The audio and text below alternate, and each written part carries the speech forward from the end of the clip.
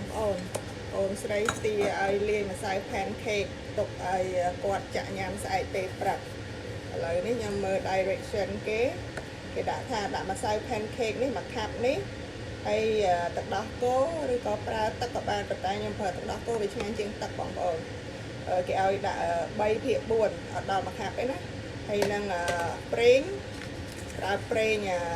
អូលីវក៏បានប្រើប៊ឺនេះក៏បានដែរបងប្អូនវាឈ្ងុយជាងដាក់1 teaspoon ណាដាក់តែបានតិចទេហើយពងទាមួយឥឡូវនេះខ្ញុំមករៀបចំដាក់ឲ្យគាត់សិននេះបងប្អូនដាក់មួយខាប់ហើយទឹកដោះគោយើងដាក់ត្រឹមនេះមកនេះ3/4ណានេះទឹកដោះគោបងប្អូនហើយប៊ឺវិញខ្ញុំដាក់ចានយកកណ្ដៅឲ្យវាលាយសិនចាំយើងដាក់ចូលក្នុងម្សៅយើង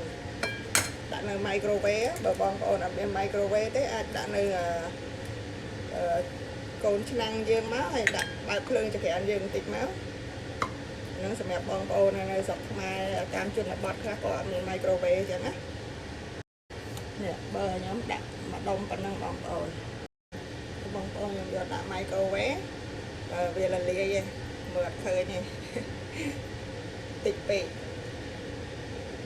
លាយហើយយើងយកមកចាក់ជាមួយម្សៅយើងហើយវឹកចូលគ្នាឲ្យសព្វយ៉ាងណាដល់បងប្អូនខ្ញុំវិចវាឲ្យសព្វចឹងនេះវាខាប់យកស្ពាយដុសអីមកចង់ខាប់ប៉ុណ្ណានេះប៉ុណ្ណឹងយើងយកទៅចាក់បានហើយបងប្អូនខាប់ប៉ុណ្ណឹងបងប្អូនម្សៅ pancake នេះខ្ញុំលាយហើយហើយទុកឲ្យគាត់នៅក្នុងទូស្អែកគាត់ចាក់ញ៉ាំព្រោះចាននេះក្របទូចពេកឥឡូវនេះរៀបចំយកទៅដាក់ទូទុកឲ្យគាត់ធ្វើស្អែកញ៉ាំបងប្អូន